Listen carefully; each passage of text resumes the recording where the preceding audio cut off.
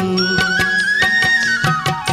16 వన్నేల పసిడి కాంతుల కొమ్మ ముజ్జగానాలేని సౌందర్య రాశి జనక మహారాజు గారాల పుత్రిక భువనైక సుందరి సీత మహాసాధ్వి ఎంత చల్లని వాడు రామయ్య తండ్రి ఎంత చక్కనిదమ్మ సీతమ్మ తల్లి ఎంత చల్లని వాడు రామయ్య తండ్రి ఎంత చక్కనిదమ్మ సీతమ్మ తల్లి